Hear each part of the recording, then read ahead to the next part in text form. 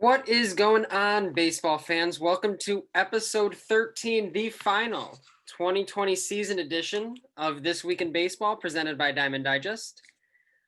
It's been a fun 13 episodes. Myself and Callie have enjoyed the entire ride, and for this last episode, we got two familiar faces, Scott Bentley, Diego Franco-Carreno. Boys, how we doing? Doing great. Fantastic. Glad to be back. Took a 11-week hiatus, but It's been a little bit. Glad to be back. I was Last time I was on here, I'm pretty sure we can go back and check the tape, but I'm reasonably sure that I said something along the lines of Gregory Soto is the best relief pitcher in all of baseball. I think those words came out of my mouth on our last episode. I think that's the part of the season, the 13 appearances and no earned runs. I think and he ended with like an over 4 ERA. So, well, you came on at a good time for the Tigers. Yeah, see, that's what that's really, we were one game out of the playoffs and ended with the third pick. So I really did pick a great time. Well, we're glad to have you back regardless. And this time, a lot of World Series talk, obviously. We got plenty that came out of just Game 6 and the result itself. But we'll kind of wrap up the whole World Series, talk about a little bit of what's come from it. And then what's to come over these next several months as we all try and figure out what our personality is now that baseball has been taken away from us. I realize, I said on Twitter, I'm like, when baseball's gone, I don't have a personality. I don't know what I'm the supposed people to do that here. follow me are like what? Why? See you in 3 months. Like, yeah. I'm gonna say some dumb crap good about breakfast food. Today. I mean, yeah. Scott, please start tweeting like that. I'm gonna make post-game videos for my breakfast every morning. Please do. Yes, please. That's something. At least once a week, twice a week, something. Oh God. Yeah, we all need to figure out what we're doing with ourselves now. Yeah. So, I don't know. Maybe I'll do some food reviews myself. Who knows? There you go. Let's get into it and then get into the always fun seventh inning stretch portion. It's really the only part of our segment or show here, honestly, with nothing to watch this coming week. Not really any storylines to follow. But if you're just waking up and you don't know what happened yet in the World Series, I'm happy to inform you, or sad to inform you if you're not happy, not a Dodgers fan. The Dodgers won the World Series 4-2. Certainly a pretty interesting series. I think there was a lot of conversation about whether or not this year was going to feel legitimate, whether or not the World Series was going to feature the best of the best teams. And I think you can reasonably say that the best team won the World Series this year. And this is something certainly we'll get into in a little bit, but just this one analyst take certainly was not disappointed with the World Series, and something we'll talk about with the rest of our crew shortly. One other thing we'll talk about, but I want to preface here because with our touching base segment, we usually talk about COVID updates, and we had nothing for like 4 straight weeks. And then all of a sudden, Justin Turner's removed from Game 6. There's no word on why until after the game, when it's revealed Justin Turner was removed for a positive COVID test.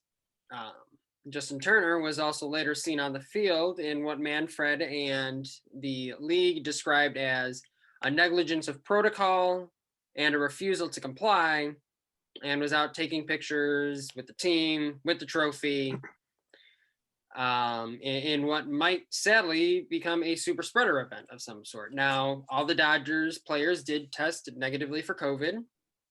They were all sent home, and whether or not you agree with the time frame in which the tests were taken and they were allowed to go home is your belief on how much you buy into some of what science is surrounding this. So that's the facts there. Certainly something we'll discuss as we enter seventh inning stretch starting now. You're tired of hearing me talk already, but Never. Scott, no, Never. you're too kind. Scott, I believe this is your first time playing it, though.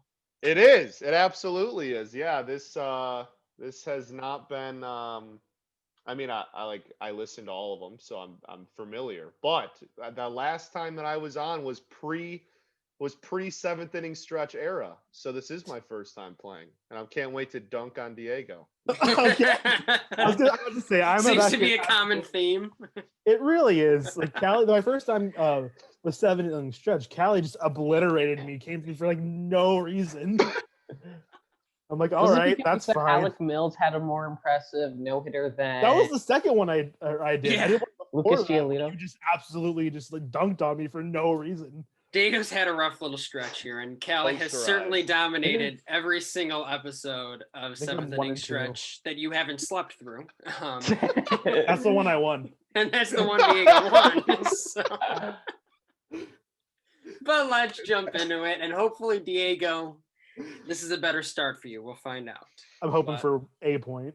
I'm sure you will find a way to get a point at some point. But Scott's face said otherwise. Let's not jump the gun. Okay. Here we go. Question 1. Amid the celebration at the end of Game 6 for the Dodgers, as previously said, it was announced that Justin Turner was removed during the game due to a positive COVID test and was later shown on the field taking pictures with the team and the trophy. We all just walked right through this. He wasn't wearing a mask at all times either, which is an important note. My question is this.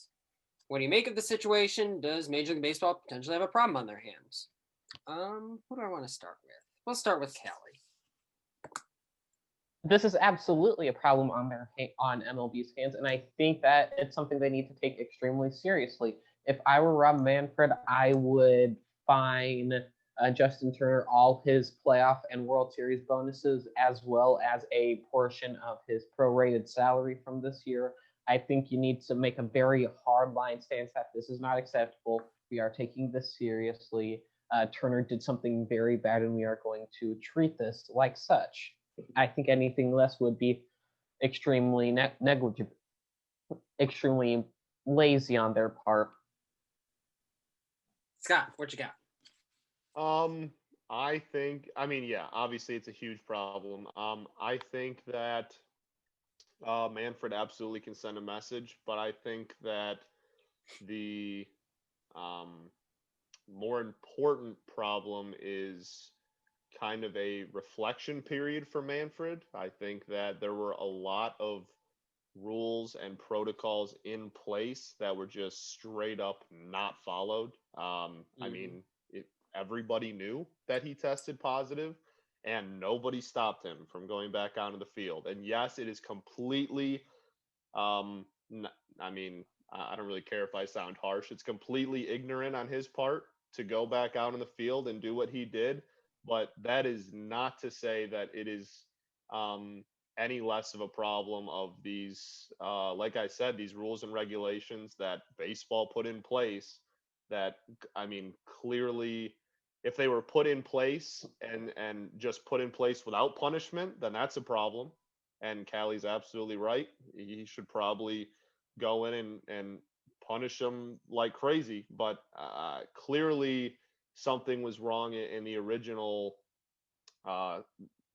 whatever you want to call it, system of the entire thing to make it so that he could test positive, get pulled from the game, but then just end up right back on the field with everybody anyways. I think this goes back to also, you can't call it a bubble if there's fans. Like, I think think there's so many issues at hand. And I think that, like I said, it absolutely is a problem with Turner, and he absolutely should be punished. But I think this is more of a just reflection period, the cherry on top of the season, quite literally, for everybody to look in the mirror and realize how lackluster and how, to use the word Callie did, lazy that this just whole system was.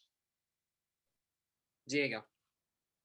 Yeah, I think it's absolutely egregious what the MLB just kind of like allowed. Like, it's not okay. Like, I think Callie's point, she said how there needs to be like fines and all of that. I think it should come in like with all those fines, like with a suspension. Suspend him for half the season next year. I think it's like a kind of to Scott's point, you have all these regulations and everything. Like, yes, they're put in place. Granted, Manfred he's putting them in place and everything, but we never really got to see these major repercussions of a single player's actions. Sure, throughout the season, we had game cancellations and all this other stuff because of COVID, which made total sense. But you can't let this be something that just breezes on by. This has to be met with as harsh of punishment as you can possibly get without crossing like a major line, where like players are going to end up being like, well, that's not cool. But even then, I think the rest of the league deserves better. The players, the personnel, like the rest of the people who are like working so hard to keep these stadiums, in shape in order for like it to be as safe as possible for players. And yeah, the MLB dropped the ball on the entire like bubble situation, as Scott said, but I think Justin Turner needs to be held responsible for his actions. And I think this could even affect him in his upcoming free agency.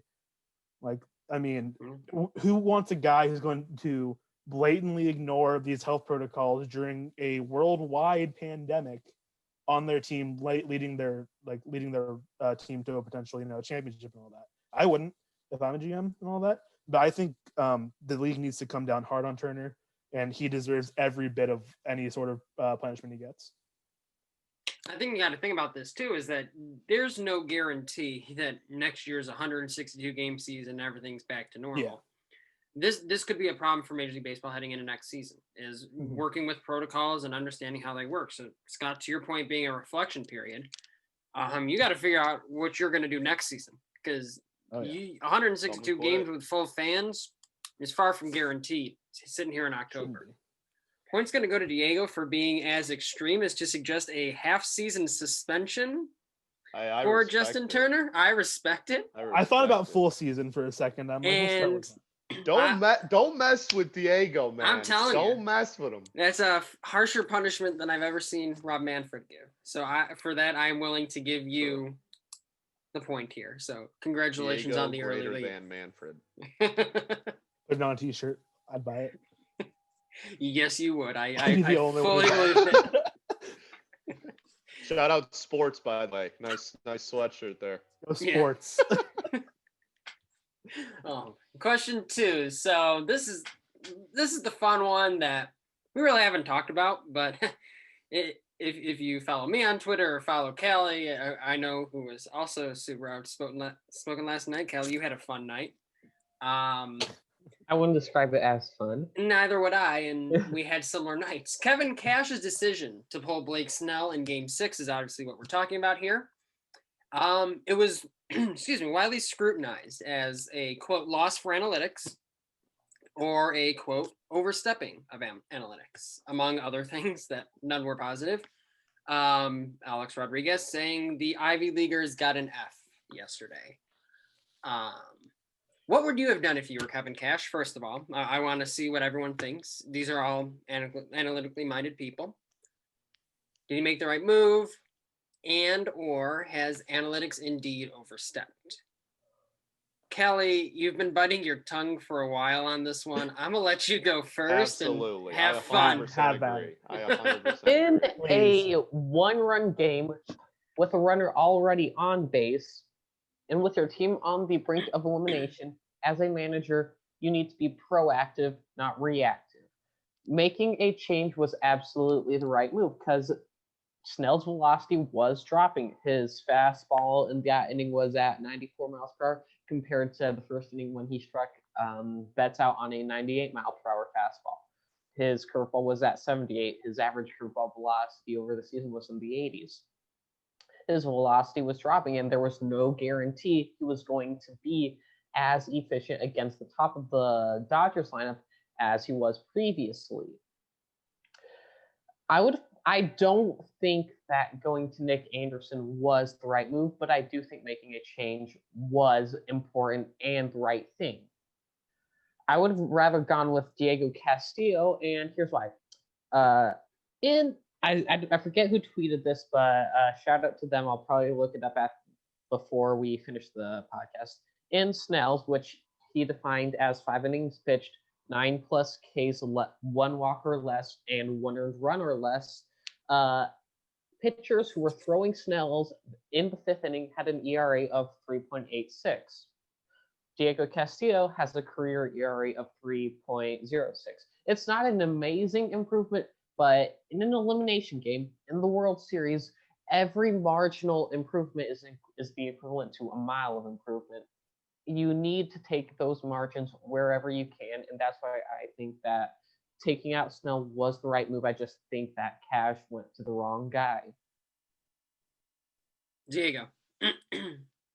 Yeah. So I mean, it was widely scrutinized and everything, and I understand the scrutiny. But analytics do say like, yeah, it's the right move to make, going back again to the top of the order and everything. But also, there is still a human element to the game, and I completely get that. I think Cash isn't exactly wrong to be getting a lot of the criticism he's getting, but it shouldn't be as harsh as it is. And like a lot of people, like to Callie's point, she mentioned Nick Anderson not being the right move, and that's I think where Cash went wrong. Like I completely agree with that point. But it's not. People fail to realize the Dodgers are also one of the most analytically driven teams in the league. It just gets overmasked by all the sheer raw talent that they have. Like it's ridiculous to think analytics are overstepping because the team who ends up winning also heavily uses them, and is one of the most dominant teams in the league. So I think this is. I don't think it's a hard hit on analytics to a more casual fan. It certainly seems that way, but diving deeper into it, you see that it wasn't a bad move. But also, I feel like if Snell was allowed to stay in the game longer, I feel like I wouldn't have hated that move either. Scott, what you got? I'm going to start by saying that A-Rod's point is absolutely ludicrous. Oh, that's kind of an A-Rod. I think that this, just straight up is not a loss for analytics. And his whole Ivy League thing, and he loves bunting and whatever ridiculous stuff. So I don't think that analytics took a loss. I think that's ridiculous, and I think the reason is because it all comes down. I want to choose my wording carefully here. It all comes down to how you interpret the analytics. I think that is the most important thing. The interpretation of analytics can be different for anyone. Numbers are numbers. That a number is always going to be the exact same in everybody else's eyes, but your interpretation of what that number means is where, opinions obviously differ. And I thought I was going to come on here and have a huge problem with what Callie said, and I find myself not. I think Callie's right. I personally, there's no way I would have pulled Snell. There's just no way. And whether that's right or wrong, again, is your interpretation of the numbers. Me personally, there's just absolutely no way, considering, and I know his velocity was down, but Mookie, Seager, and Turner were 0 for 6 with 6 Ks against Snell going into when the lineup flipped over. And I understand third time through the lineup, and I understand Snell, even personally, third time through the lineup. Nonetheless, the offensive numbers the third time through. I get all of that. But I think my interpretation of how the game was going, there's absolutely no way that I would have pulled Snell there. And even if you do lean in the direction of it was the right decision, you can't be mad at him because the numbers say it is, and that's how you interpret it. That is 100% fine. And I don't even mind leaving him out there to face Mookie. And if Mookie takes him into the gap, then you pull him. And I understand then a problem that could have been solved a better earlier, I guess. Sure.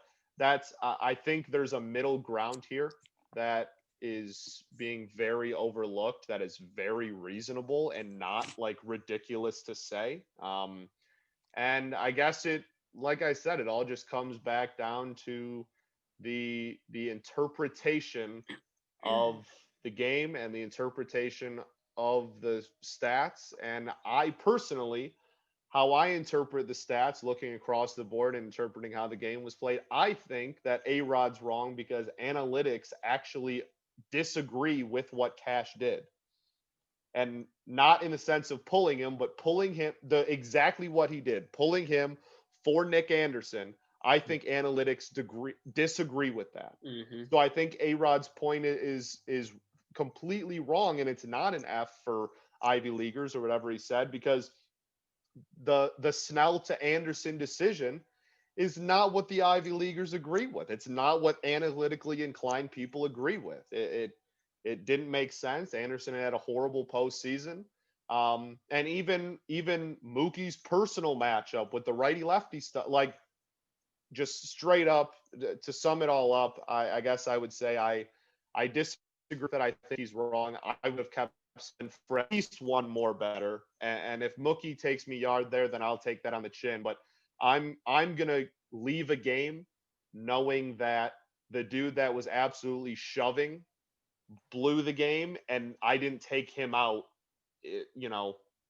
with that stat line that he had in that pitch count. I'm going to sleep well at night knowing that I put my faith in a former Cy Younger that was absolutely dealing and didn't go to a guy that was horrible all postseason just because the numbers said so. So I guess that is my summary. So I usually don't say much on these segments. I kind of leave it to you guys. Go off.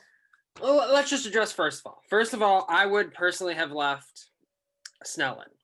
If I didn't leave him in, if I was forced to make a move there, I would not have gone to Anderson. I think, Scott, you hit it right on the head where you say, and I think you all kind of alluded to this, if you're going to pull him, Anderson would have been my answer. I don't think there's an analytically inclined person in America watching that game who said, yes, Nick Anderson was the correct move in that situation. That's not hindsight. That's nothing. No one said this.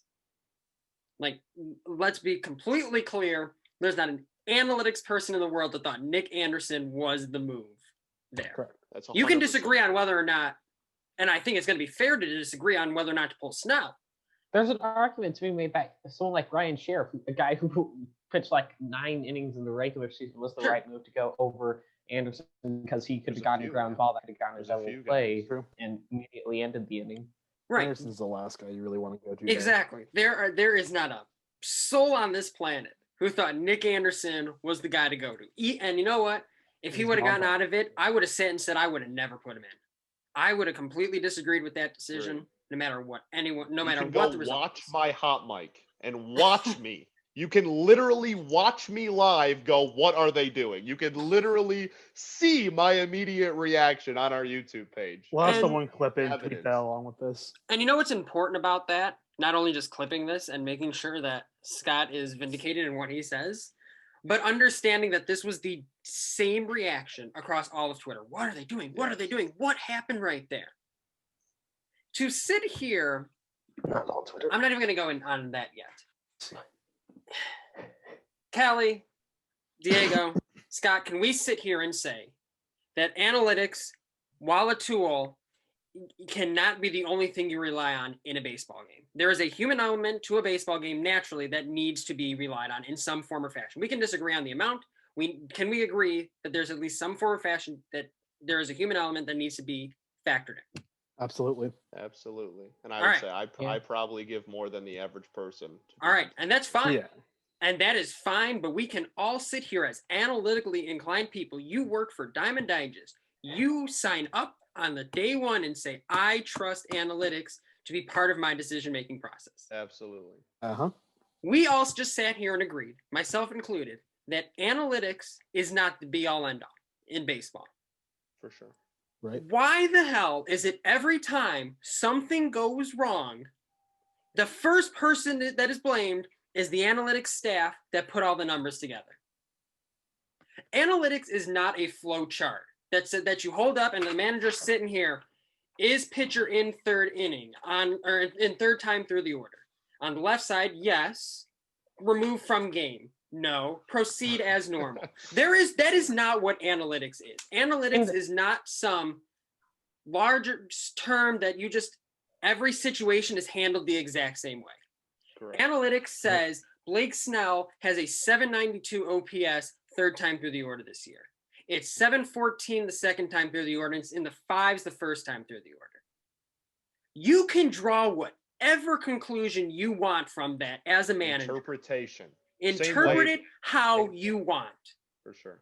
Analytics' job is to serve as a tool in decision making. Nothing in baseball is guaranteed. What analytics is there to do is try and give you some percentage and try to quantify what is so unknown, because you are there to win ball games. If I went into my job tomorrow and said, I don't really trust the numbers, I just go by my gut with everything, I'd be fired on the spot. If I went into a job interview and said, I have no reliance on numbers, I have all the knowledge I need, I just go by my gut because I have experience, I will not get that job. Baseball is the only industry that is held up by its fan base that sits here and says, numbers are bad and numbers are ruining the game. Numbers are making players better. Numbers are growing fan bases. None of us would be able to have the opportunity we have as writers without analytics. And without what the opportunities that analytics bring us, it grows the game. And analytics makes players and people smarter. And to sit here and the Ivy Leaguers lost in the game. No, the Ivy Leaguers on the Rays might have lost, but the Ivy Leaguers on the Dodgers won. Which are still a top tier group of Ivy Leaguers. Yeah. In all Ivy the Leaguers. Dodgers are literally one of the most analytically inclined teams in the sport. Maybe number 2, only behind the Rays, to be honest. Yeah. 3 games ago, everyone was shitting on Dave Roberts because of his decision making. He bullpenned game 6, won it because it all worked out and no one's saying a word. Well, the bullpenning thing was unintentional. Well, it still happened. It still happened, and it was bullpenned. And he managed it, and the players executed, and there was no blame to be put on his shoulders. Baseball fans force the manager to want to fail conventionally than to fail unconventionally. And it's pathetic, and in no other league, no other job industry would anyone ever have to fail, have to be relied on to continue to fail conventionally. It is pathetic, and it frustrates me to no end when it's boiled down to analytics lost the game. No, Nick Anderson's inability to pitch lost the game. Zunino letting a pass ball get by lost the game. The Rays scoring 1 run and hitting under 200 in the World Series lost game 6 and lost games the 3 before that. Right, yeah. It is so pathetic to me. And there are not enough tweets in the world that can encompass this for me. That word count. It is not enough. Everybody knows the greatest rivalry on the planet is Laz and the Laz versus They made it from 140 to 280, and I still can't do it. Name a better rivalry. There is no better rivalry in baseball and sports. I have so many problems with Twitter. The word count being my biggest problem. And that's why we need podcasts. There you go. But my point That's why we're here. That I'm going to wrap this up now and say, again, to rely on players and managers to fail conventionally and to almost force the game that way is pathetic and would not be tolerated in any other industry. And the fact that we continue to try and push baseball backwards as the entire world moves forward not only is a harm to the fans and their intelligence, but to the growth of the fan bases in general. And it's pathetic to me. And I can't get over how every time something like this happens, analytic fans agree that there is a human element to the game that needs to be taken into account. Mm-hmm. Analytics are not the be-all, end-all. No analytics person says that. It is the non-analytics people putting that into our mouths. And it's terrible, it's pathetic, and it gets this reaction. So there you go. No. We add an angry Laz rant segment to every podcast from now on. Yeah. Sure. No, hey, he was spitting though. He was spitting absolutely. though. I think it's safe to say Laz got the point there. Yeah. I'm just gonna give the point to myself. I'm taking the point. I've never earned one before. I love it. I deserves absolutely love it. No, that's not only is it all true, but I don't know. It's just one of those things that, and I don't want to veer off track or anything, so we can wrap it up. But I just think that When it comes to like the rule changes and the formatting and all that, like the baseball has always had a problem with the refusal to allow kind of the new school or new era of the sport, and kind of refuse to accept it when every other sport has accepted their new era with open arms, and has really increased fandom and ratings. In baseball, for whatever reason, has always had a refusal to do so. And I think everything you're saying is more evidence of that. Remember when baseball's tagline for a little while was "Let the kids play"? Mm-hmm. Yeah, That most hypocritical thing they've ever said. for sure. They've ever done. Can Let I- the kids play, but only under our rules. Exactly. And Can I if add they something want really quick? yeah, go ahead. The thing about the three facing the order the third time, that's not the only reason I support taking Snell out. I support taking Snell out because the margin of error in a one-run game is so minuscule. You Sure. need as much. Every margin is a mile in a one-run game, and so that's why I support taking him out. Not just because of the three batter thing. That's not. Yeah. And that's People fine. get so focused on that, and I think that's insanely ignorant. That's missing the point. For sure. And that's I think that's pretty much what Laz said. I think you guys are both using the I mean, there's definitely analytics that support what Callie said, but the human element thing can be used for both sides of the argument too. Mm-hmm. Again, there is no one in America who supported putting Nick Anderson there. Maybe Nick Anderson himself, but that's really about it. Even that. And even Nick is like, himself? really, me? Yeah, Are you dude. sure? Has he seen himself pitch? Yeah, like, my arm hurts. Nah, I'm not. Kevin, good I can't go in, buddy. I got to tap out. I'm saving for Game 7, brother. I will say this. We're not getting there. I'll say this, and then we'll move on because I've derailed this far too much. Adapt or die. Adapt or die. Live by it. Adapt or die. Very fair. Question 3. The World Series was full of important decision-making on both sides, obviously. We talked about one of the most important decisions, but that was Game 6. There were 5 games played before that got to that point. In your opinion, what was the most important decision made in this series? The one you feel had the greatest impact on the final result? I will start with Scott, since Scott hasn't started yet. Oh, man. I mean, it's really hard not to pick the one we just talked about. Like really hard. I will say that I think one of the most overlooked, I guess is how I'll word it, decisions in the series was moving Randy from the 3-hole to the 2-hole.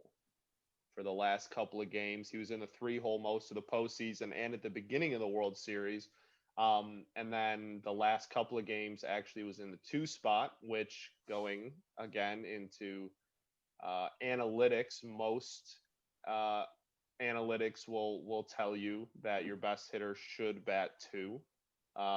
And I think that was a overlooked one that benefited the Rays and that I liked a lot. I also think that another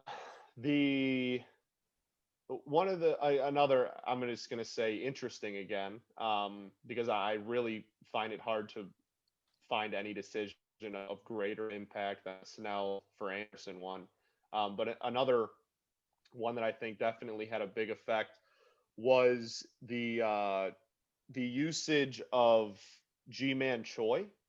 I think that a couple times in the series, I can remember 2, and there might have even been 3, where he was used as a decoy. He was burned without actually having a plate appearance, but technically entered the game because they did they had Diaz at first, and then they would bring in a righty, or a righty was Mhm. already on the mound rather, and then they'd bring out Choi, and then the Dodgers would go to their lefty, and then Choi would get pulled for what's his face, Mike Brasso. Brasso, yeah. Oakland OU University legend, Brasso. And I think that that decision was he did that a couple of times. Cash did that a couple of times, and I think that was a super interesting move. And I think honestly one of the most overlooked, and it seems minuscule on paper, but it really does make a world of difference to get him that 0.2 of an extra at bat per game or whatever is still absolutely huge. And like Callie said, in a game that's so where the mistakes are exemplified so much, that it's really important to be giving the dude with the most home runs and hits in postseason history, like I said, even if it is 2 or 3/10 of an at bat more a game, that could have been the difference. And in game 6 was the difference. I mean, that's, their only run. So what you got, Callie?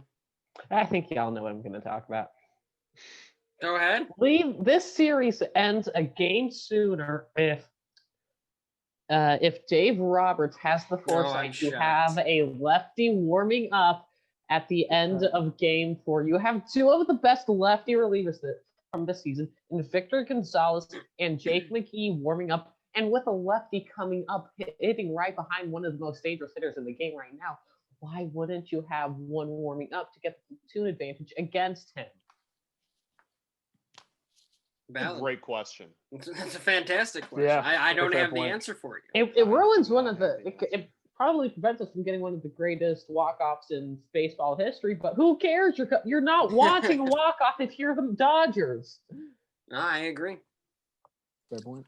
Diego? I mean, even just by championship win probability,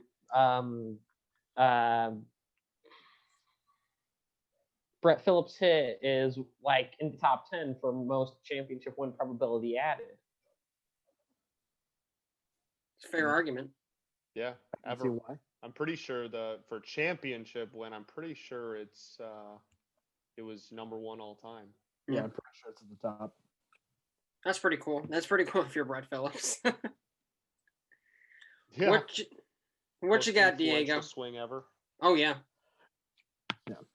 Yeah. So my point being here, I mean, like I said, we already talked about like the biggest one, obviously, but for me, decisions to allow Glasnow to just pitch as much as he did in his starts, where he obviously just didn't have it.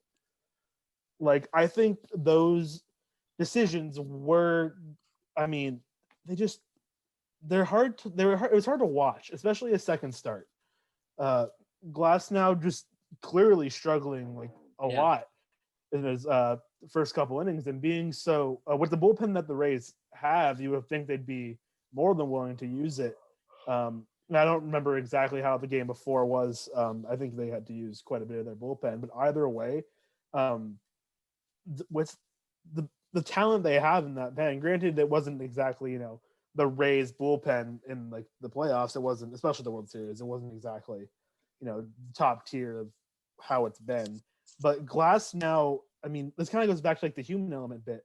Like, he struggled, and no matter what the numbers say, like, he probably should have got pulled earlier in at least the second start. And like, I think I'm focusing a lot of that one because it was such a big game and it was so important for both sides. And I think that's ultimately something that swings it to the Dodgers' favor, being as, they take that 3-2 lead after that. So, but Glasnow struggled. I think the decision to let him go as far as he did, because it's like, oh, it's Glasnow, he's great, he's got great stuff. Have you seen those 102-mile-per-hour fastballs? Like, yeah, but like, he's still like, he can't find the zone. He had 3 wild pitches. Like, come on, he wasn't playing. He wasn't pitching great.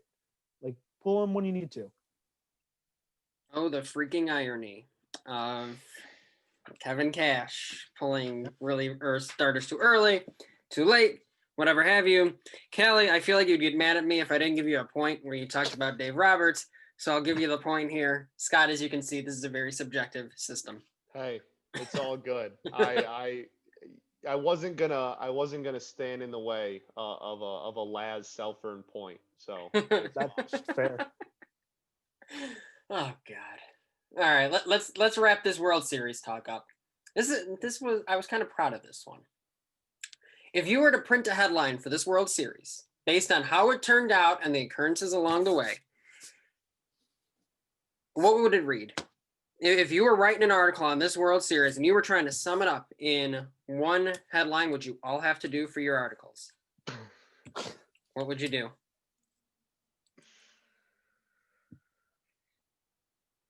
Did you give anyone a start? Yeah. Oh, sorry. Totally just blanked out. I was like, did he say? I was like waiting. Diego. All right. So if I'm writing an article on this World Series, I think I know it's already something we talked about, but I'm focusing everything on why Justin Turner messed everything up, and that might be just the entire line. Interesting. Like Justin Turner like messed it up, botches something. I don't know, something along those lines. I don't do word good, but that's fine. But I don't do word good. Yep. He's a math teacher, everybody. A writer here. And a Diamond Digest writer. You read my articles? Anyway, but like, yeah, I'm focusing so much on it. I can't emphasize how big this whole Justin Turner thing is. We talked about it. It's just bad for humanity, I'd say. Like, and I think that's a pretty big statement. And like Justin Turner being so responsible and doing everything he did, we already talked about it. But like, I think sports need to take baseball, the World Series, to take a backseat to that again. Like, move over World Series champs. It's Justin Turner's time because of his selfish actions. Like, that's really all it comes down to for me. And I think that deserves to get blasted. Like, sure, yeah, the Dodgers won the first World Series since 1988 and all that. But I mean, at what cost, it seems like at this point, right? Like, it's too big for me not to be like, Justin Turner, you messed up, dude. There it is. Justin Turner, you messed up. That's the headline. I love it. Perfect. Glad we finally got there. I don't word good. Scott. I mean, mine would have to be along the same lines. It would probably be something along the lines of, COVID ends a COVID season. Like, I mean, we finally had all the problems at the beginning. We had all the Marlins and then the Cardinals, and then the Cardinals had to play like basically a doubleheader every game, and for the last month of the season, and all this ridiculous, and the rule changes that are just ridiculous, and for the most part, a lot of people don't want to stick, but it was a COVID season, so we put up with it. And then the 60-game season, and we didn't even know if we were going to get baseball, and then we finally did. And then we get all the way through the season, and everybody plays a full season, and we have the expanded playoffs and all this, and it was such a weird year. And honestly, it sounds kind of morbid to say, but it really couldn't have ended any other way. Like, I couldn't have seen it ending any other way than some ridiculous, just idiotic, selfish move of Turner, and go back to the field, and the picture that obviously went viral was him with the trophy, like kissing his wife, and like never having a mask in any of the pictures. And it's just like that this was the way, like I am inevitable. Like, this was the way it was always gonna end. You know what I mean? Like, it was never not gonna end this way. And I just maybe that's it. Maybe my headline is I am inevitable. Like, it was just never gonna end any other way. And I think it in a day where, in a moment where it really should have been all about, this team that had fallen short so many times and finally overcame everything and finally stopped choking, and the whatever rhetoric was rewritten and just all this, and instead it's about COVID, because that's been the underlying theme all year. It's always kind of been about COVID. Even when your team was doing great, even when the playoffs started, expanded playoffs, yeah, because of COVID. Like runners on second in the 10th inning, yeah, because of COVID. Like at the end of the day, it always came back to COVID, and this was always the ending. This was the ending I'm not going to say deserved, because that's messed up, but this was always the season this was always the ending that was going to happen, I guess I'll say. And Callie. Well, now I feel rather shallow with my two potential headline titles. First one was The Sultans of Swing. Not only is it a reference to one of the best songs ever, the Dodgers averaged 5.2 runs a game in the World Series, which if they did that over the course of the 60-game season, they would have had the fourth highest scoring offense in runs per game. And to do that against the Rays, a team that is known for their pitching, that's simply absurd. The second potential name I was thinking was Cash Out, because of Cash's questionable decisions on when pulling pitchers and when leaving them in. I like him. Callie, I'm going to give him to you. Yeah. Mine would have been along the lines of Diego and Scott. For a moment, it all felt normal. Yeah, that's good. That would have been my headline. The only time the entire season that I truly forgot about the situation we were in was the 9th inning of Game 5. Yeah. That was quite literally the only moment of the entire, and Lord knows I watched 60 games of one of the worst products I've ever seen put on a baseball field every night. And the only time, playoffs included, World Series included, all 6 games, the only time that I completely forgot, like 100% wasn't in my mind at all, that this was, some weird season and COVID situation season, was the 9th inning of Game 5. That was pretty much it. And yeah, it did feel normal for a bit there. Well, that's depressing. I gave it to Callie mostly because they weren't so depressing. Yeah. I'm happier than anyone that we actually got a baseball season. I agree. Summer, it didn't even look like we were going to get that. So yeah. Oh yeah. I think we're very lucky to be in this situation, being able to talk baseball all year. Certainly something that hopefully in the future we don't take for granted so much. Yes. But that being said, let's already start talking about the off season, because we could beat the dead horse around. Detroit's favorite time of year, baby. When they're not sub 500. Off season. We could beat the dead horse of Kevin Cash in the playoffs, or we could talk about the off season beginning. And at Diamond Digest today, or yesterday by the time you listen to this, we already put out our quote way too early 2021 MLB Power Rankings. Additionally, right after the World Series, Vegas put out some of their odds for next year's World Series. The Dodgers, Yankees, White Sox, and Padres having Vegas's highest odds of winning. My question is this.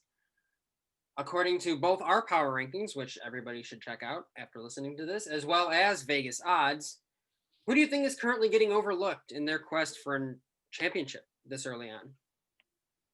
I will start with Callie. I got 7 words for you. Let's go Mets, baby. Love the Mets. With a core of Dominic Smith, Brandon Nimmo, Jeff McNeil, J.D. Davis, and Michael Conforto, they have a great hitting core. That's honestly, their outfield's one of the best in majors. Honestly, I would argue top 10, even top 5. And their rotation is going to be great next year. DeGrom is obviously DeGrom, but they're getting Noah Syndergaard back. And David Peterson. I got a lot of high hopes for David Peterson. As a rookie, he finished 53rd in xWOBA, and he was 65th, and he was in the 65th percentile for exit velocity, and 70th percentile for hard hit percentage. I think they can be really good next year, and I think they're going to steal the wild card spot in the National League. Maybe not the first one, but I can definitely see the second one. Scott, do you see how she wins this so often? Yes. It's yes, absolutely. All right, what you got, Scott? my two for overlooked, my biggest point of all this is a bone to pick with one of Laz's fandoms and being very highly ranked. But regardless, we'll get to that I didn't later. rank him. Hey, I'm I'm just saying. I didn't You rank him. chose to be a fan of them. That's all. But the two teams that I think might be getting a bit overlooked. First off, and I view this as choosing my words carefully again. Yeah, I look at this as if I were possibly a betting man, which I am not. So it's a lot of value-based judgments, right? Like which value, purely value-wise, which teams do I think are getting overlooked? Yeah. I will say that one of them, and again, not saying that this team's going to go on some crazy run next year, but for the sake of argument, the Boston Red Sox are at the very bottom of a lot of Vegas lists. From a pure value perspective, I don't think it's ridiculous to say that they're being slightly overlooked, or that given the at least in a lot of the sources that I've looked at, they're very low on World Series odds, right? So again, not to say that they're actually going to be good this year, not to say they're even going to take a step forward, but being only 3 seasons removed from a World Series, the possibility you have of getting Cora back, kind of lighting a fire up, it's really the same core from that team. Sale might come back. I think there's a lot of factors that the Red Sox are very down low, and I think purely value-wise, that's actually a super good value pick. The other one's the Astros, which is going to not be very popular for a lot of people. But again, with Springer looming in free agency and just the sheer fact that people don't want to put money on the Astros, so they slide down because people literally just don't want to bet on them because they despise them so much. So, but I think, in a lot of the ones again, a lot of my sources, I saw them very, very frequently in the back part of the top 10, which I think is value-wise for a team that is for the possibility of next season going in with the same championship core, but just minus Springer. And that's not to devalue Springer, but it's a team game at the end of the day. And if one person can't win it, one person can't lose it for you either, in my mind. So I think value-wise, those two teams are the ones that I would look at for like I said, purely value purposes. I think those are two really good teams to take a look at. And Diego.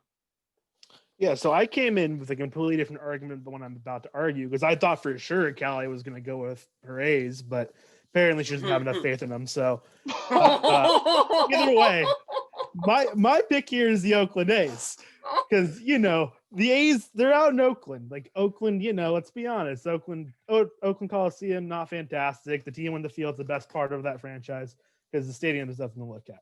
Either way, they came into the season and they played pretty well. Like they have the emergence of their catcher, Sean Murphy.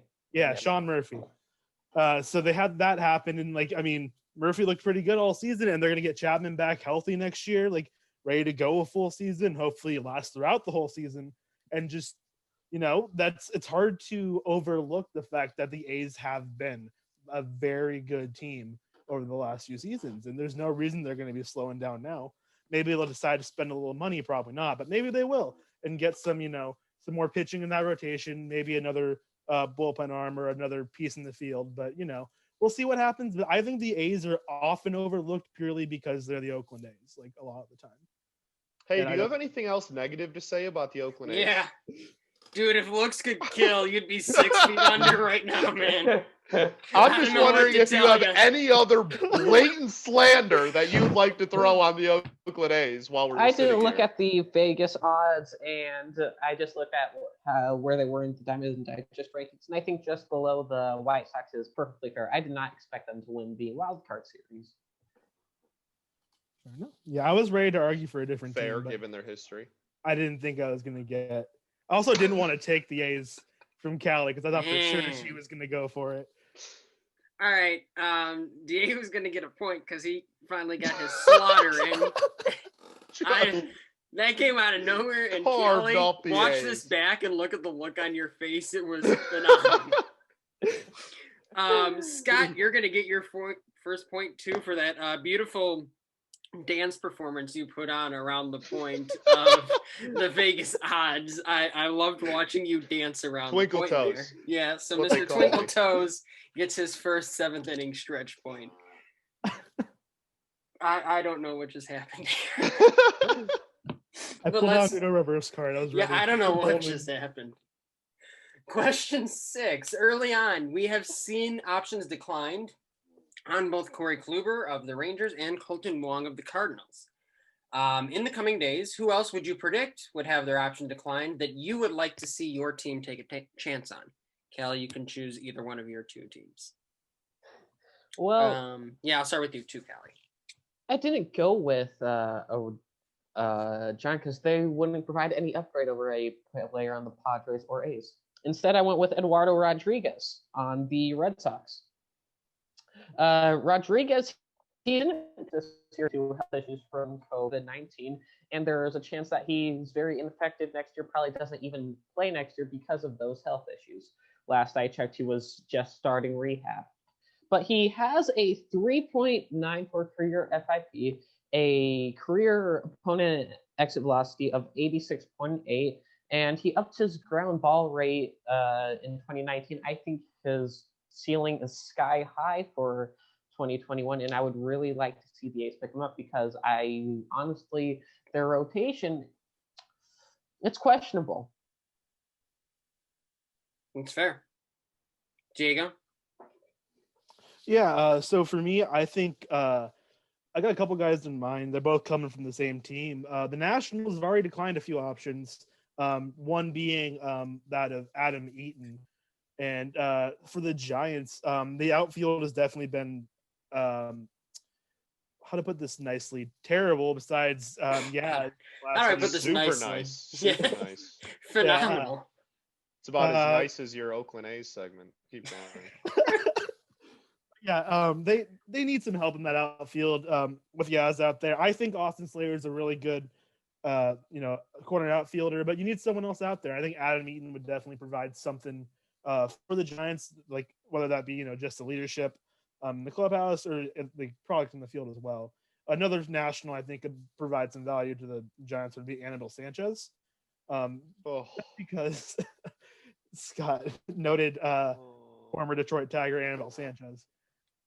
Anyway, but the Giants did a really good job this last year with Kevin Gausman and Drew Smyly both very productive for them guys. Take all our former players. That's cool. Yeah, for sure. No, for sure, dude. For sure. Beat us in the World Series, then take all of our players. No, it's cool. I mean, it's not like you were doing anything with them, so it's fair. So they can come to San Francisco, it'd be fine. But yeah, I mean, with what they did with Gausman and Smyly both, like Sanchez can definitely have a resurgence and maybe be back to what he was right after he left Detroit. Or I have no idea how it was. I don't think he was good. I think he was good in Detroit. It was very good for a long time in Detroit, by the way. Yeah. But yeah, no, his last season in Detroit was actually horrible. Like barely, can pass as a major leaguer horrible. And then that's what I remember. Yeah, and then when he went to Washington, that's when he had the resurgence. So for sure, your point's valid. Yeah, but if he can just return to that, that'll be great. It's not like the Giants have a fantastic. They barely have a rotation right now. Like they need something, and I think Sanchez could probably come in on a pretty low deal, and maybe provide some value. If anything, provide innings. So nothing like a -1 WAR player in 41 games to spruce up the outfield. There you go. Yeah, have you seen the Giants She's play back. baseball? That's probably better than the rest. Anyone not named Yastrzemski in our outfield. Have you seen Steven Duggar play baseball? I will say one thing about Yastrzemski before I pass it to Scott. Yastrzemski has gotten a lot of so one of the White Sox pages does like mock off-season plans, and all the fans get to show how smart they are. And there's been a lot of trades for Yastrzemski, and honestly, we are very willing to overpay for a 30-year-old who just had his first good season. So in his second season. His second season, or in his second season, he had his first good one. First good season in his second full season. At 30 years old, mind you. We got a lot of fans who are willing to trade a lot of stuff over to you. So I want to pass that along and rob the Sox, because there are a lot of fans who would let you do that. Like straight up. For Yaz, who says no? I've seen Andrew Vaughn, Nick Madrigal, Dylan Cease. Hold on. I swear to God. I'll take Cease, honestly. Like, I swear to you. Andrew Vaughn for Yaz is I can't even. I wouldn't give up Jake Berger for Yaz. That's fair. Like I said, these are the same fans who tell me Rick Hahn's really bad at his job, and I'm just glad Rick Hahn's the one with the job. Fantastic. Scott, who would you like the Tigers to take a chance on?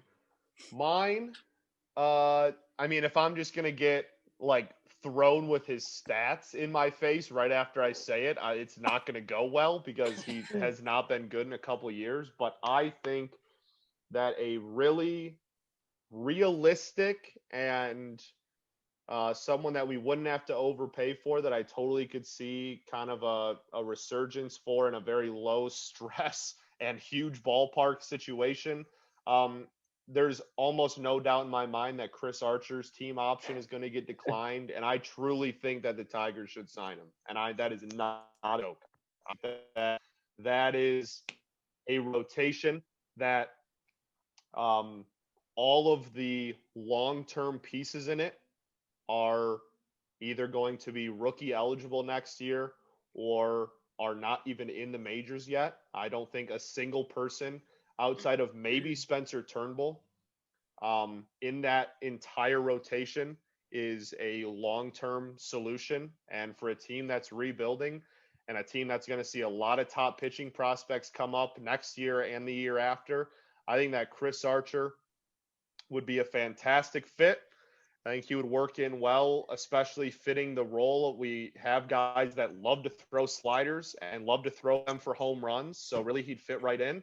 And I just think that I just think, again, going back to, in a different sense this time, but going back to value, I just think you would get him for dirt cheap.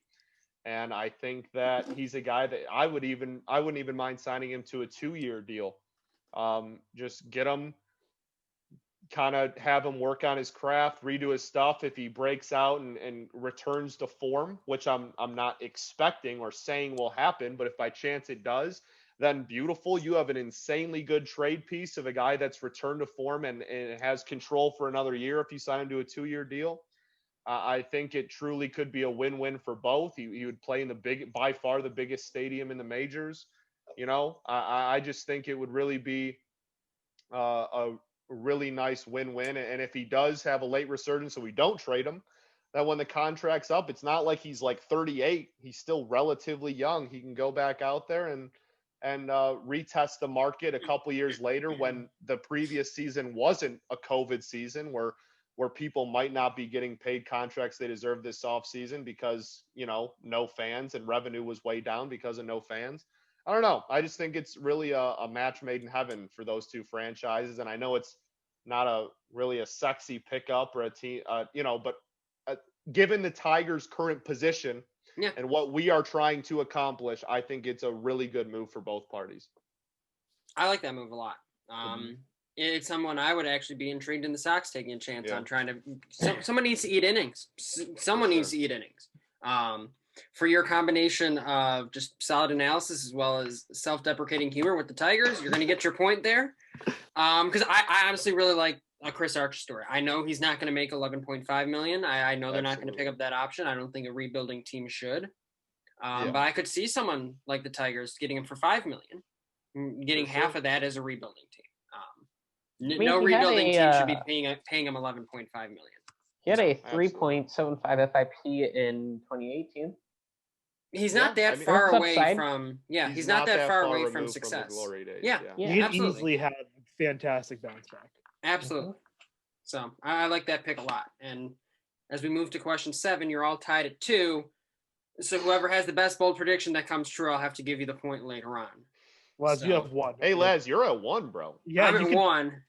You could tie this up down the road. Your bold prediction could be you could have a 4-way tie. We'll see what happens here. But as we talk more about the offseason in coming weeks, certainly I want to know your boldest offseason prediction for the winter. And I will start with Diego. All right. I think for me, wrong. All right, there we go. All right, we're done. No, so this offseason is definitely going to be a really interesting one. Like there's a lot of guys who I think could be on the move, and the guys are entering a free agency that's kind of like different from every other free agency, because a lot of teams, we don't know how they're going to be willing to spend their money. We don't know after this last season they're going to like blame it on revenue loss from the COVID season and everything. So like someone who'd usually be getting like on a like 6-7 million in the open market, like in any other season, is going to be getting offered 2 or 3 million, just because teams would be like, oh yeah, we don't want to pay after the season, we don't have the money for it. Try again next year. So I think that's going to lead to some guys signing some shorter deals. Like I think my bold prediction here is one of the prize pieces of this offseason is George Springer. Coming out of Houston. I think Springer signs a 1-year deal somewhere that you wouldn't expect him, in a hitter-friendly ballpark. I think George Springer signs a 1-year deal with the Arizona Diamondbacks. Interesting. Love it. Because he's going to hit the ball out of there with ease. Granted, he might bring a trash can or two with him, but that's fine. We'll see what comes out of that. But yeah, I think Springer is going to end up signing a 1-year deal somewhere weird, somewhere funky. And if he signs in Arizona, the ball flies out of that park. You're facing, teams like the Giants and the Rockies a lot. And so it's not like they have fantastic pitching staffs either. So I think ballparks too. Exactly. A lot of hitter-friendly ballparks in that division. So I think he can definitely make himself a couple extra $1 million after signing a 1-year deal in Arizona. Convinced me. Shit. I like it. Scott. Okay. So I'm gonna I don't know how bold this is. It might not be very bold. I have one mildly bold, and then I have one so ridiculously bold I might lose my point. So we'll start with the first one. I think, to Diego's point, just going to piggyback right off him, I think that this is going to be one of the most, underwhelming off seasons we've ever had. I think that owners are going to be way more strict on their budgets.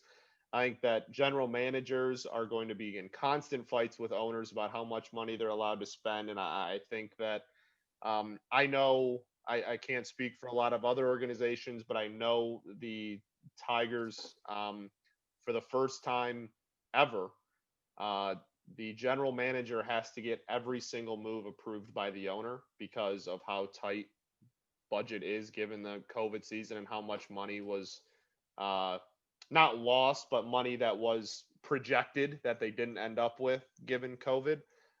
So I think that budgets are going to be way down. The only person that I see signing a legitimate contract we've seen before, normal baseball, multi-year, big fat contract, is Marcell Ozuna. Besides that, I think it is all going to be either contracts at a big discount for way less money than we expect, or like Diego alluded to, just 1-year deals and then retest the market next year in a free agent class that's projected to be absolutely ridiculous. Yep.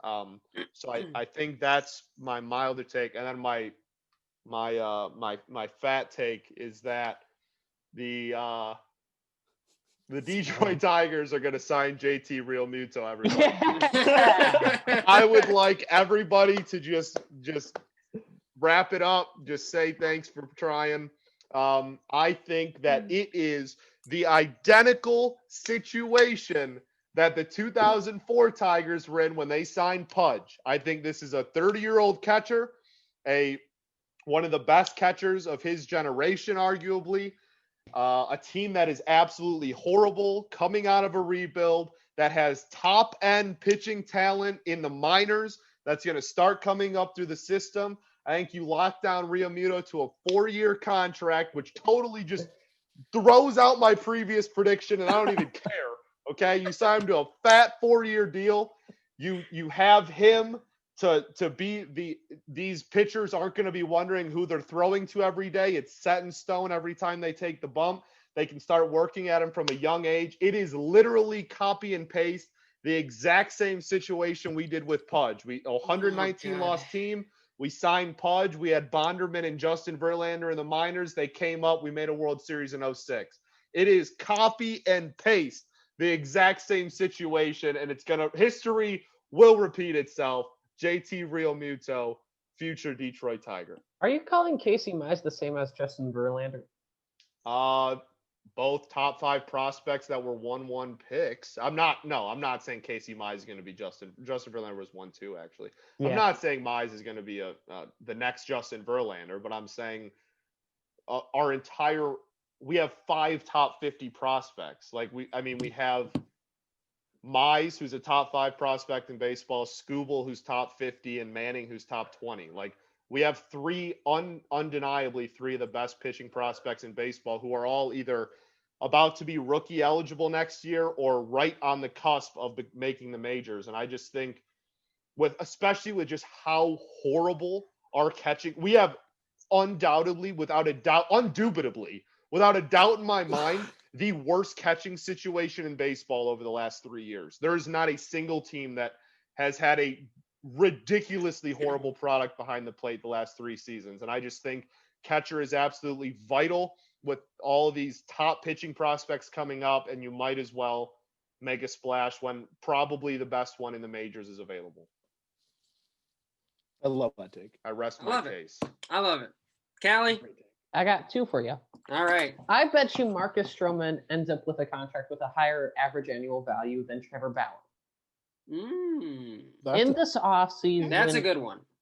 Nobody's no GM's going to be bullish on players who don't have a long proven track record. Marcus Stroman has never had an FIP above 4 in his career. Marcus Stroman is an extremely good pitcher, an extremely underrated one, and he's going to get paid this offseason as he should. I agree. Trevor Bauer doesn't have the same track record. I don't think that teams are going to risk spending a lot of money on him at the risk of him regressing to his career norms.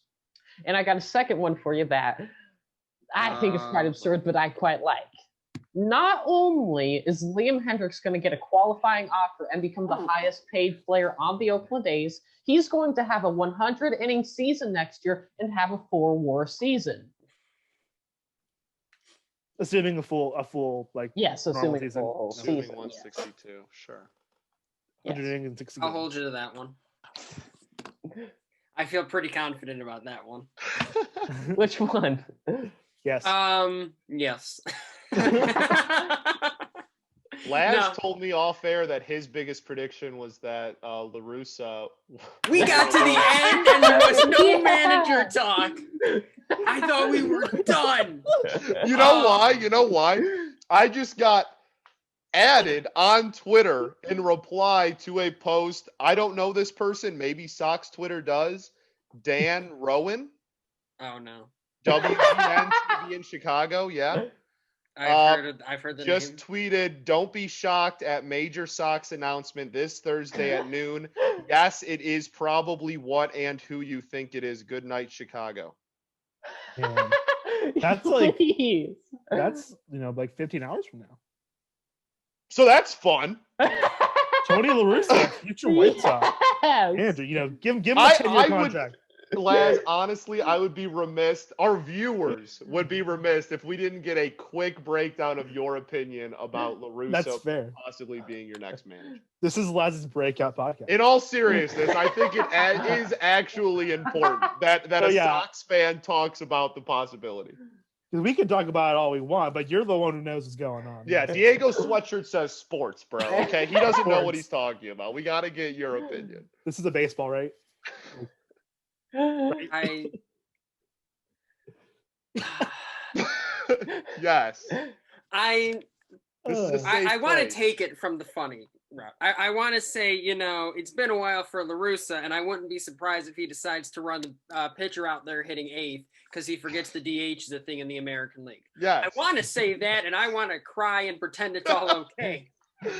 However, thought of Tony La Russa managing the White Sox goes in the face or against everything Rick Hahn said at his end of year press conference. Someone analytically minded, someone with recent World Series and postseason success. 2011, I'm sorry, is not recent. It's been 9 years. The game has changed. And he's a guy who's just not going to vibe with a lot of the player atmosphere in the clubhouse. Tim Anderson, big outspoken guy, leader of this team. Tony La Russa. If you're going to make a change like that, there's no reason to fire Rick Renneria. Seriously. No, I agree with you. If you're going to fire Renneria and say, all right, part of the reason is he's a gut first guy who really doesn't like in-game analytics at all, then what the hell did you hire La Russa for? Right. What did he tell you that's going to convince you that he is not a gut first analytics tomorrow type guy? Like, why fire Renneria then? Laz, you don't understand this. La Russa's a proven winner. You know, there's no stat for winning, Laz. Okay, there's no Laz. That is the argument on Sox Twitter. He's a proven winner. The game has passed him by. The game has passed. He was a proven winner. You cannot take that away from him. What he did for baseball when he did it, fantastic guy. The game is not the same. You cannot pretend the game is the same. The Sox pretending the game is the same is how they lost from 2008 to 2014, decided to rebuild, and finally caught up with the rest of the league in 2016. That's when they finally caught up with everybody else and realized, hey, rebuilding's a normal thing to do. You spit in the face of everything you've done as an organization by hiring Tony La Russa. That's all I got to say. The weirdest thing for me, and again, we don't have to keep going on about this. I know we want to wrap up, but the weirdest thing for me is I don't understand how it makes any sense for this young of a team that you are planning on contending for the entire decade of the 2020s. That is the goal. Correct. There is no doubt that anything less than constant either playoff seasons for the entire given how young this team is, the entire decade is absolutely the goal. And you are going to hire a guy who is pushing 80 to take over that young of a team. So he's going to manage till he's 90. Is that the that's not going to happen. I hate to break it to everybody. He is not going to be the manager. He could win the World Series the next 5 years. He's not going to be the manager in 2030. He's not. It doesn't make sense to me for what you're building to be competitive for years and years to come, to make in what my eyes is a short-term managerial hire when you should be looking for a young guy, not only for all the facts you listed that's more analytically inclined, but just a young guy, period, just because age is a thing, and you should want a guy who has the possibility of being your manager for the next 10 years and not a guy who maybe has 5 years in him. None of it makes sense to me. And you can't, it's ridiculous. You can't make a decision to be a short-term manager because our guy isn't available or our guy's not ready. What do you mean your guy? AJ Hinch is available. There are 3 openings in baseball. He wants to manage your team. He literally wants 3 openings. Who wouldn't want to manage the White Sox right now? Exactly. You have the pick of the litter. No one. There is not a single manager in this sport that, when given the opportunity, and Ward knows my opinion of the Chicago White Sox. There is not a single human on this planet that, when all 30 MLB franchises are laid out, that the White Sox would not be in their top 5. And that is not even a ridiculously hot take. That is a fact. That is a fact. It makes let's not no even compare sense. it to the other 30. You've got 3 jobs open. Cora's going back to Boston. That's a fact. You have no one wants to manage your competition is your.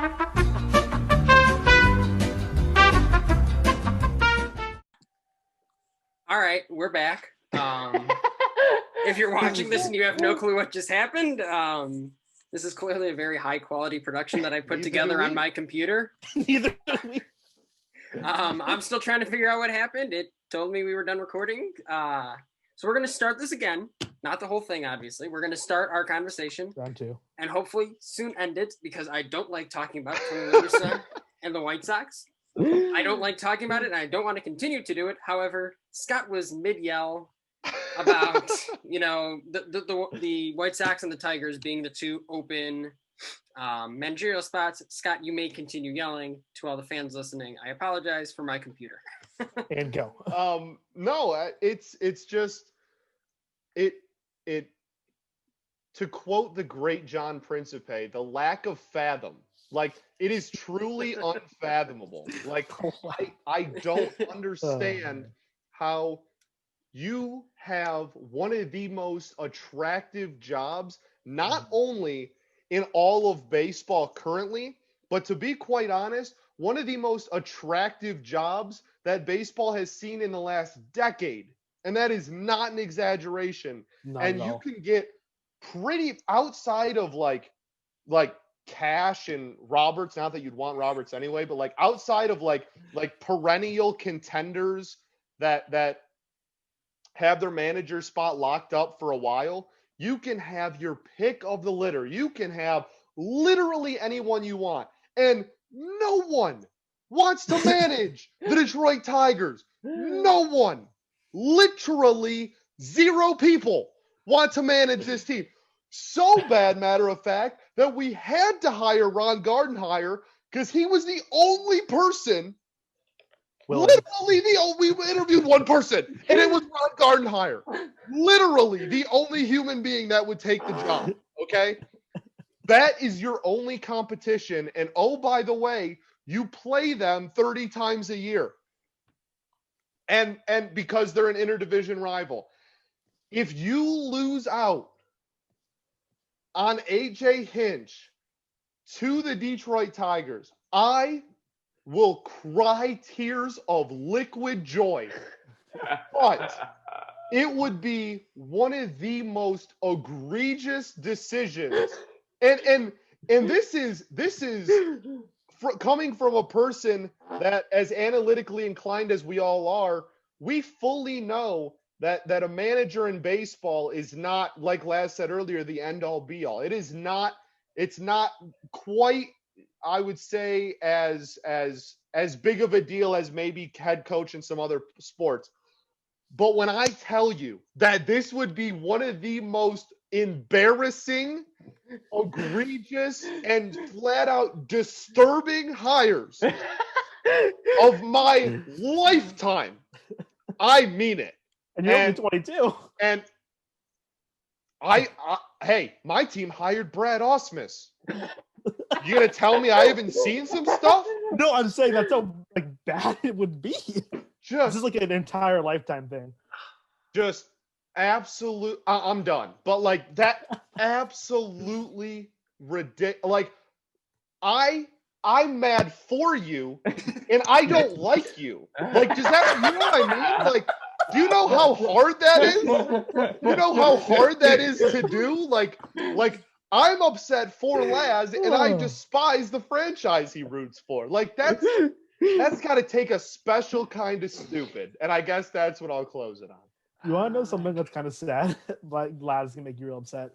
That you guys were thinking about La Russa, right? I remember at one point seeing something in the Twitter sphere that Bruce Bochy would be willing to come out of retirement to manage the White Sox.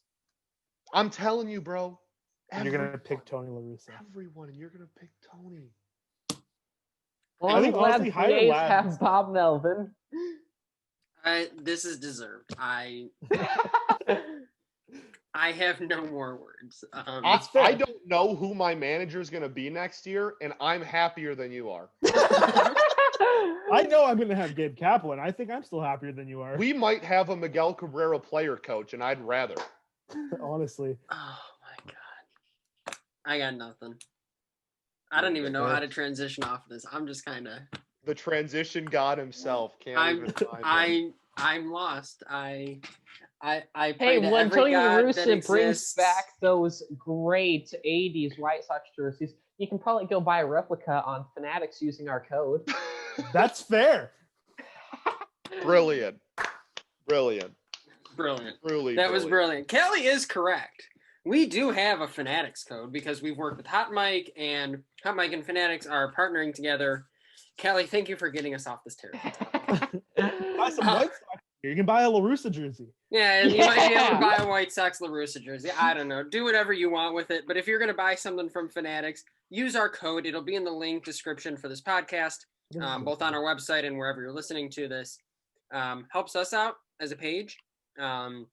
Helps us be able to do new creative things, be able to pay our writers the share they certainly deserve for making this page what it is. Something we can't currently do with the current environment just because we're an up-and-coming page. So using that link just to act in the same way you usually would, it's no extra cost to you. Something we certainly appreciate, certainly as Christmas comes and you're buying all your new stuff for all your friends and family. So like I said, the link will be in the description. And certainly something we really do appreciate in advance. But that'll do it for us this season, folks. We don't know what we're going to do this offseason yet for this week in baseball. I think it'll be maybe this month in baseball. I don't really know yet. We this still have offseason in baseball. We have plenty of flexibility built in. Yeah. It could be honestly just news based. I mean, we'll talk about it, I'm sure. But I proposed an episode where we compare the playoff teams to Beatles albums. Yeah, Callie's got plenty of ideas. I will say that Callie has a lot of ideas, and Callie is a big part of how this podcast came together. And certainly her work is appreciated, and mad props to her for putting this all together and presenting this idea to me originally. If anyone's got anything you want us to talk about on a podcast, just let us know. Yeah. Send us thoughts, send us ideas. Certainly, we appreciate everyone who's listening, all the loyal listeners who've listened to all 13, and even if this is your first one. We've got plenty of content for you in the last 12 episodes if you want to go back in time and over this offseason. I know we have our offseason content coming up. We have plans rolling out for every 30 teams. Everyone plays GM for their team and decides what they'd like to moves they'd like their team to make this offseason. But really, that is going to do it for us. I thank everyone who's been on this podcast. I thank Callie for being the one who inspired the whole idea, and I thank all of you listening for this one's rather long. I'm not going to lie to you, comparatively speaking, but this was one of the most fun ones. And I hope you had as much fun along with us as we all had on the podcast and throughout this year doing all of these. But in some form or fashion, we'll be around in the off season and we'll for sure be back next year. So for Callie Tsai, Diego Franco-Carreno, and the always wonderful Detroit Tigers fan, Scott Bentley. This is Jordan Lazowski signing off. Take care, everyone. Enjoy your off season as best you can, and we'll talk to you soon. Thanks for listening.